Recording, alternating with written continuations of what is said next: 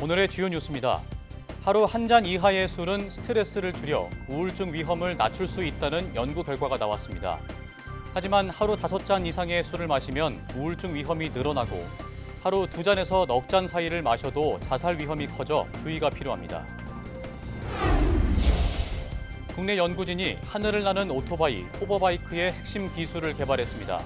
호버바이크는 수직 이착륙이 가능해 차세대 이동수단으로 주목받고 있는데 이번에 개발된 기술은 내년 2월 공개될 예정입니다.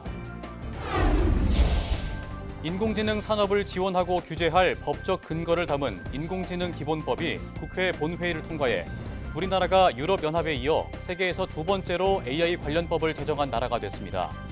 이번 국회 본회의에서는 단통법도 10년 만에 폐지돼 앞으로 가계통신비 부담이 줄어들 것으로 기대됩니다.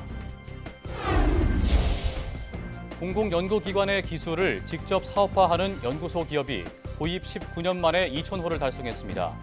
2006년 1호 연구소 기업을 시작으로 2020년까지 1,000개의 연구소 기업이 세워졌는데 4년 만에 1,000개가 더 늘어나 2,000호를 돌파하게 됐습니다. 여러분 안녕하십니까? 사이언스 투데이 시작합니다. 연말이 다가오면 송년회 등 각종 모임에서 술 마시는 일이 많아지죠. 그런데 적당한 음주가 오히려 우울증 위험을 낮출 수 있다는 연구 결과가 나왔습니다. 하지만 과도한 음주는 자살 위험을 높일 수 있다니 주의해야겠습니다. 자세한 내용 임늘솔 기자가 전해드립니다. 연말 분위기가 나지 않는 요즘이지만 그래도 송년회 등 각종 모임이 많아지는 연말. 술 권하는 문화가 줄긴 했지만 술 없는 모임은 찾아보기 힘듭니다. 어색한 사이를 풀어주거나 하기 힘들었던 이야기를 하게 해주는 등 일종의 사회적 윤활유 역할을 한다는 인식이 크기 때문입니다. 국내 연구진이 적당한 음주는 스트레스를 줄여줘 우울증 위험을 낮출 수 있다는 연구 결과를 내놨습니다. 연구진은 국민건강보험공단의 건강검진 설문 데이터를 활용해 음주가 정신건강에 미치는 영향을 분석했습니다. 설문조사는 40세에서 79세 성인 남녀 약 13만 명을 대상으로 이루어졌는데 일주일에 술을 몇 번 마시는지, 음주량은 어떤지 등을 물어봤습니다. 그 결과 적정 알코올량은 10g, 소주잔 기준으로 하루 한 잔 이하의 술을 마시면 우울증 위험이 9% 낮아지는 것으로 확인됐습니다. 사회적 음주는 개인의 건강한 사회적 상호작용을 반영하고 촉진시킬 수 있습니다. 이러한 사회적 유대는 스트레스를 완화시킬 수 있으며 정서적 지지를 통하여 우울증 위험을 예방할 수 있는 보호 요인으로 작용할 수 있습니다. 하지만 적정량을 넘어선 음주는 오히려 자살 위험을 높일 수 있습니다. 하루 5잔 이상의 술을 마실 경우 우울증 위험이 약 31% 늘어났습니다. 자주 많이 술을 마실수록 세로토닌 감소를 유발해 자살 위험이 약 125% 높아질 수 있는 겁니다. 2잔, 3잔 이상의 그러니까 10g을 넘어서는 하루에 20g, 30g의 과한 음주는 몸 건강도 해칠 수 있고 마음 건강에도 안 좋은 영향을 끼치기 때문에 소량의 음주를 권하는 음주 문화가 더 퍼지는 것이 좋을 거라고 생각을 하고 있습니다. 연구진은 이번 연구 결과가 알코올 소비와 정신건강 관련 정책을 만드는 데 활용될 수 있을 것으로 기대했습니다. 또 올바른 음주 문화를 위해 남에게 술을 강요하지 않고 본인 스스로 감당할 수 있는 선에서 절주하는 것이 필요하다고 덧붙였습니다. YTN 사이언스 임늘솔입니다. 국내 연구진이 차세대 이동수단으로 주목받는 고성능 호버바이크의 핵심 기술을 개발했습니다. 카이스트, 한서대, 동아대 공동연구팀은 하늘을 나는 오토바이인 호버바이크의 하이브리드 추진 시스템과 고신뢰성 정밀 항법, 비행 제어 시스템 등 주요 기술을 확보했다고 밝혔습니다. 연구팀은 위치 추적 장치가 없거나 신호가 약한 환경에서도 안정적인 비행이 가능하도록 다중 센서 융합 기술을 구현해 복잡한 환경에서도 호버바이크의 안정적 운용이 가능하다고 설명했습니다. 또 자율비행 시스템을 통해 이착륙 지점에 높은 정확도로 자동 착륙할 수 있다며 군수품 수송 등의 다양한 분야에서 활용이 가능할 것으로 기대한다고 덧붙였습니다. 개발한 호버바이크는 내년 2월 말 부산 백스코에서 열리는 2025 드론쇼 코리아에서 최초로 공개될 예정입니다. 정부가 인공지능 AI 산업의 건전한 발전을 지원할 기준을 명시하고 관련 규제 근거도 마련한 법안이 국회를 통과했습니다. 국회는 본회의를 열어 이 같은 내용을 담은 AI 발전과 신뢰 기반 조성 등에 관한 기본 법안을 의결했습니다. 법안은 과학기술정보통신부가 3년마다 대통령 직속 국가인공지능위원회의 의결을 거쳐 AI 정책 방향과 전문 인력 양성 등을 담은 인공지능 기본 계획을 수립하도록 했습니다. 또 사람의 생명, 신체의 안전, 기본권에 중대한 영향을 미치거나 위험을 초래할 우려가 있는 인공지능 시스템을 고영향 AI로 규정하고 관련 규제도 마련했습니다. 내년 신학기 도입을 목표로 추진되어 오던 AI 디지털 교과서가 아닌 교육자료로서의 지위만 인정받게 됐습니다. 교육부는 학교 현장에 혼란이 예상된다며 제의 요구를 건의하겠다고 밝혔습니다. 염혜원 기자입니다. 재석 276인 중 찬성 178인, 반대 93인, 기권 5인으로서 초중등교육법 일부 개정 법률안 대안은 가결되었음을 선포합니다. 국회 본회의에서 법안이 통과되면서 AI 디지털 교과서는 교과서의 지위를 잃게 됐습니다. 학교장 재량에 따라 선택하게 되는 교육 자료로만 쓰이게 된 겁니다. AI 디지털 교과서는 이미 지난달 말 검정을 마쳤지만 통과된 법안에 소급 조항이 있어서 모두 교과서로 쓰일 순 없게 됐습니다. 당장 새 학기에 도입하기엔 준비 기간이 너무 짧고 어린 학생들을 대상으로 AI 교육을 실험할 순 없다는 게 법안 통과의 이유입니다. 교육부는 학교 현장의 혼란을 우려하며 한덕수 대통령 권한대행에게 거부권 행사를 요청하겠다고 밝혔습니다. AI 디지털 교과서는 교과서로 활용될 때 지역 간, 학교 간 교육 격차를 해소하고 학생들에게 균등한 교육 기회를 제공할 수 있는 만큼 개정안이 정부로 이송되면 법률을 집행하는 주무부처 장관으로서 제의 요구를 건의할 계획입니다. 거부권이 행사돼 법안이 다시 국회로 돌아온다면 200명 이상의 찬성이 필요하기 때문에 이번엔 부결될 가능성이 큽니다. 그럴 경우 예정대로 내년에 AI 디지털 교과서 도입이 다시 추진되는 겁니다. 교육부는 보름 안에 제의 요구를 하게 돼 있다며 새학기 혼란이 없도록 이른 시일 안에 해결하겠다고 밝혔습니다. 다만 도입 속도 조절 요구가 많은 만큼 앞서 국회에 제안했던 1년 유예 기간을 두는 방안은 계속 이어가겠다고 설명했습니다. YTN 염혜원입니다. 단말기 유통법이 10년 만에 폐지되면서 소비자들의 휴대전화 구매 부담이 줄어들 전망입니다. 방송통신위원회와 과학기술정보통신부는 26일 국회 본회의에서 단통법 폐지 법안이 통과되면서 사업자의 지원금 경쟁이 활성화될 것으로 기대했습니다. 또 가입 유형이나 요금제에 따라 부당한 지원금 차별을 금지하는 규정이 사라져 사업자가 이용자에게 혜택을 줄 수 있는 다양한 마케팅 전략이 가능해질 것으로 내다봤습니다. 다만 지원금을 받지 않는 이용자에 대해 요금 할인 혜택을 주는 선택 약정 할인 제도를 비롯해 고령층이나 장애인 등 정보 취약계층 차별을 금지하는 규정은 유지된다고 설명했습니다. 김태규 방통위원장 직무대행은 국민 가계통신비 부담이 경감될 것이라며 유통시장이 건전하게 유지되도록 관련 상황을 주의 깊게 지켜보겠다고 밝혔습니다. 유상임 과기정통부 장관도 알뜰폰 사업자 경쟁력 강화와 중고 휴대전화 거래 활성화 등 가계통신비 부담 완화를 위한 정책을 계속 추진하겠다고 밝혔습니다. 공공연구 성과를 기반으로 창업하는 기술사업화 대표 모델인 연구소 기업이 2,000호를 달성했습니다. 과학기술정보통신부는 울주 강소 특구의 딥아이가 2,000번째 연구소 기업으로 설립됐다고 밝혔습니다. 딥아이는 한국수력원자력의 기술과 데이터를 바탕으로 인공지능 기반 비파괴 검사법을 갖춘 회사로 최근 세계 최초로 미국 전력연구원의 성능시험 인증을 얻는 등 기술력과 신뢰성을 확보했습니다. 연구소 기업은 공공연구기관 기술 사업화를 위해 연구개발 특구 내에 설립된 기업으로 2006년 처음 도입해 1호 연구소 기업인 콜마 B&H 이후 19년 만에 2,000호까지 확산됐습니다. 온실가스 감축이나 기후변화 적응에 도움이 되는 기술을 기후테크라고 부르는데요. 경기도가 기후 위기에 대응하기 위해 기후테크 스타트업 육성 사업을 추진하고 있는데 올해에만 30여 곳을 지원했습니다. 최기성 기자입니다. 쓰레기 자동 선별 인공지능 AI 로봇입니다. 실제 선별장에서 나온 생활 폐기물 데이터를 학습해 40여 종의 폐기물을 구분할 수 있습니다. 저희가 궁극적으로 보는 건 그 말씀드렸던 로봇만으로 운영되는 재활용 선별장, 무인 회수센터를 경기도를 거점으로도 몇 개의 공장을 만들 계획을 가지고 있어요.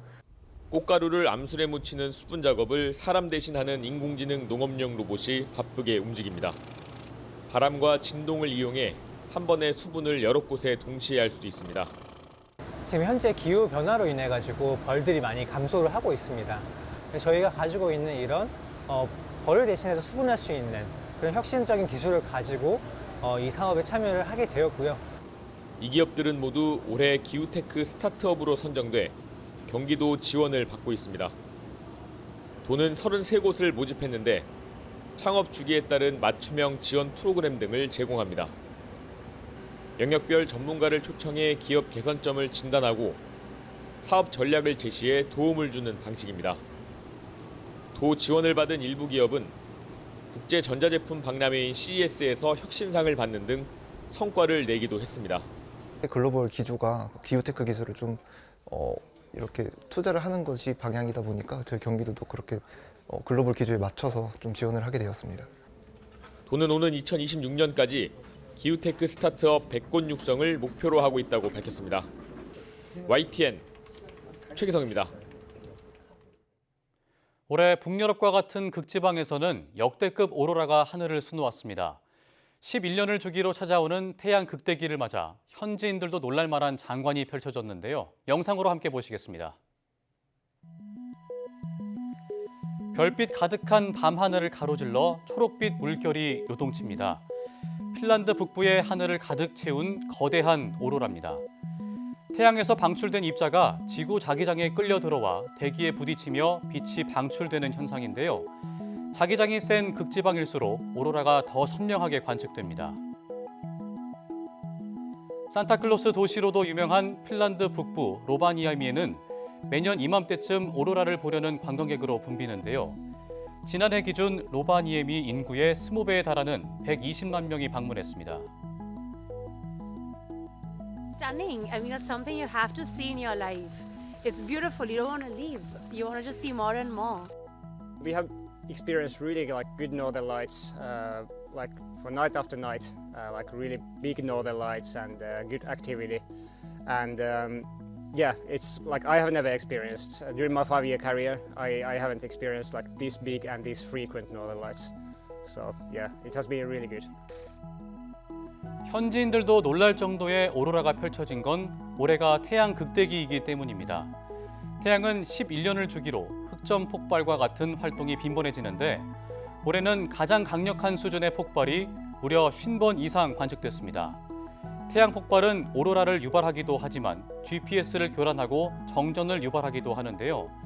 과학자들은 태양을 관측하고 태양에 탐사선을 보내 이 같은 태양 폭발을 사전에 감지하려는 연구를 진행하고 있습니다.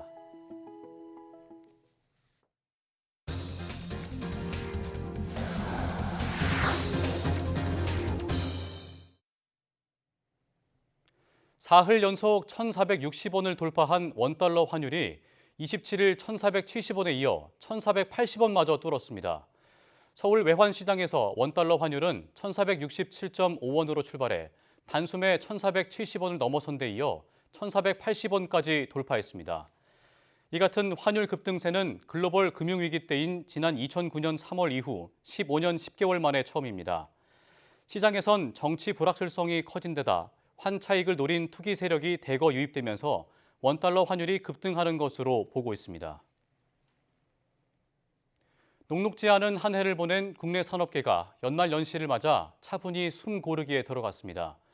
하지만 내년은 미국발 관세 전쟁과 고환율 등 더욱 험난한 가시밭길이 예고돼 있어 긴장의 끈은 놓지 못하는 분위기입니다. 황혜경 기자가 보도합니다. 연말 정기 인사와 신년 전략회의 등 굵직한 일정들을 마친 기업들이 새해를 앞두고 휴식 모드에 들어갔습니다. 권장 휴가 기간을 두거나 임직원 연차 소진을 독려하는 등 조용히 재충전에 나선 모습입니다. 하지만 내년에도 이어질 불황과 불확실성 등을 고려하면 이 같은 차분한 분위기는 오히려 태풍 전야의 고요로 읽힙니다.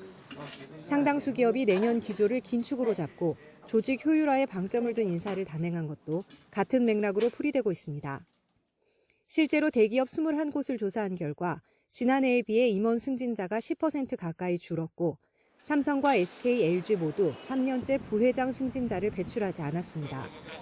올해 실적 부진과 안전사고 등으로 휘청였던 포스코그룹은 임직원 승진 비율을 작년보다 30%나 줄였고 계열사 7곳의 대표도 모두 갈아치웠습니다.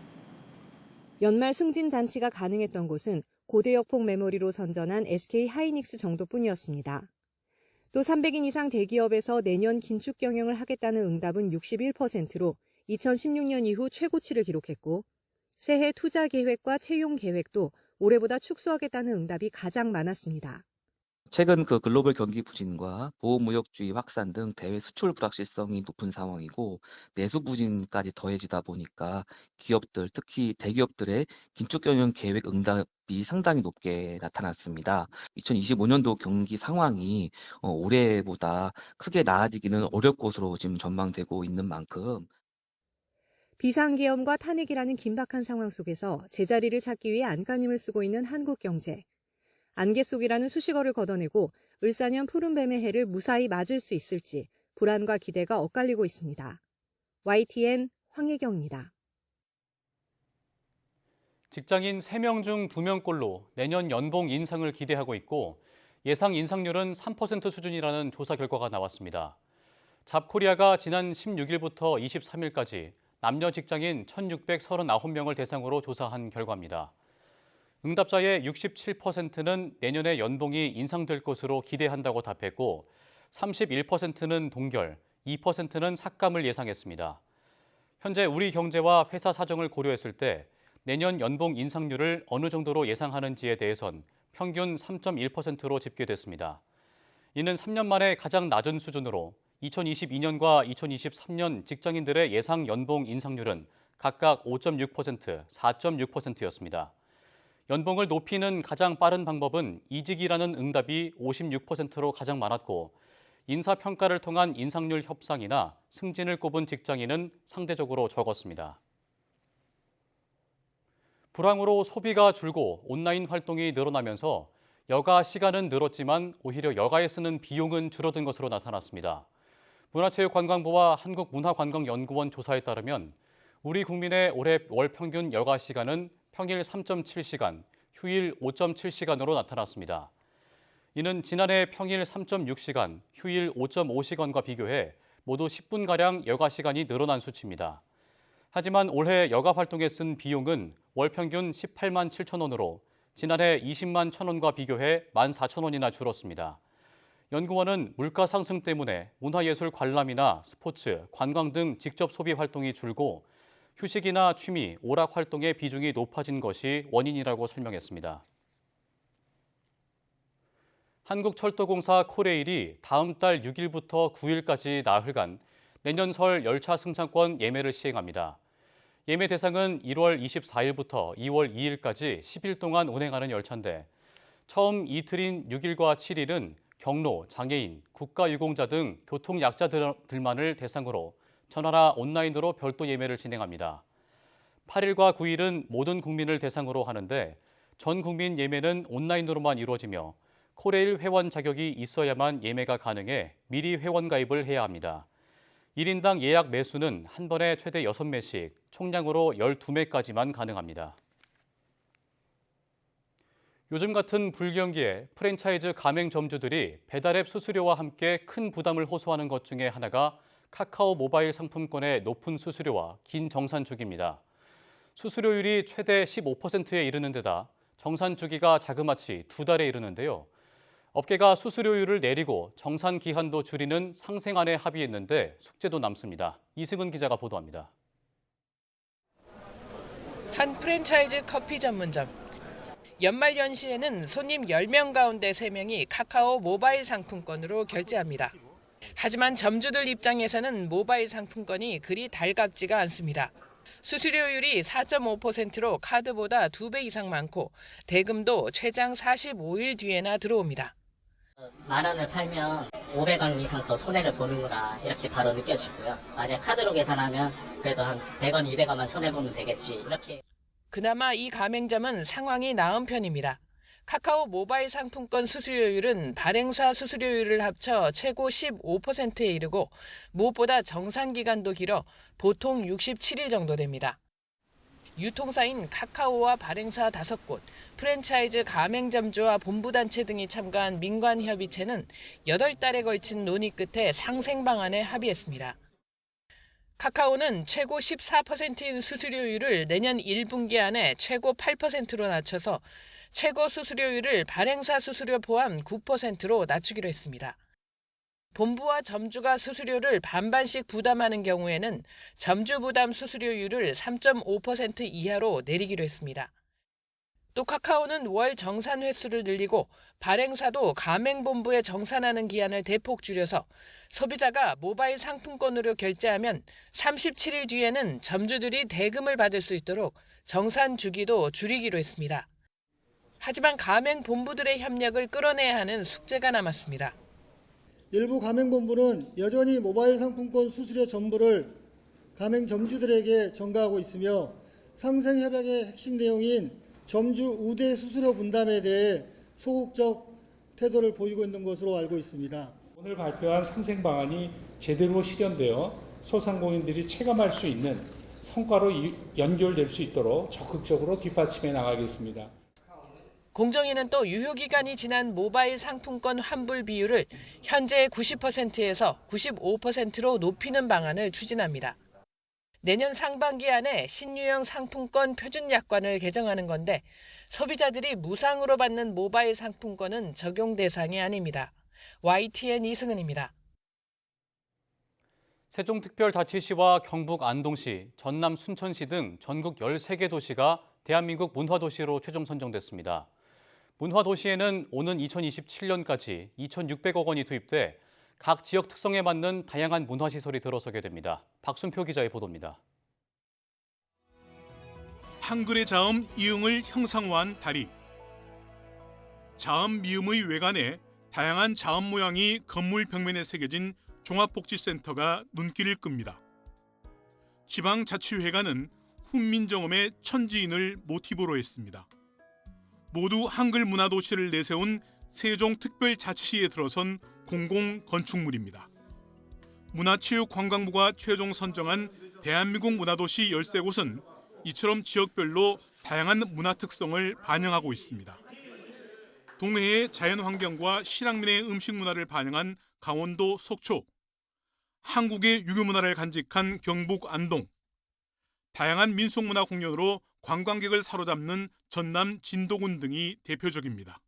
사유와 성찰을 중심으로 한 놀이문화와 재미와 감동을 중심으로 하는 음식문화 이런 것들을 모두 잘 녹여내서 세계인들이 만족할 수 있는 이러한 콘텐츠를 개발해서 안동의 문화 경쟁력을 높이고자 지금 준비를 하고 있습니다.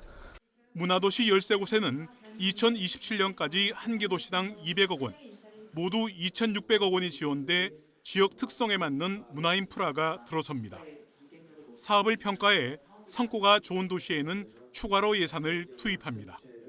예산이 그래도 잘 정리도 됐고 이 13개의 도시를 어떻게든지 한번 정말 문화적으로 의미가 있는 그런 거를 좀 만들어 보고 싶다는 그 좀 마음이 좀 커요, 사실은.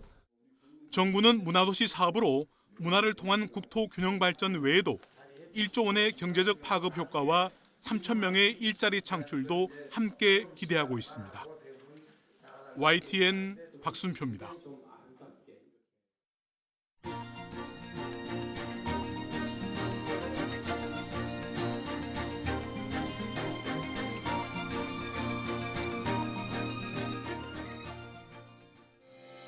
(2024년) 마지막 주말을 앞두고 있습니다. 이번 주말이 지나면 새해가 이틀 앞으로 다가와서 송년회와 신년회 모임이 많으실 것 같은데요. 오늘 전해드린 것처럼 과음만 안 한다면 적당한 음주는 우울증과 치매를 예방하는 데에 오히려 도움이 된다고 합니다. 건강을 잘 챙기시면서 행복한 연말을 보내셨으면 좋겠습니다. 뉴스 마칩니다. 고맙습니다.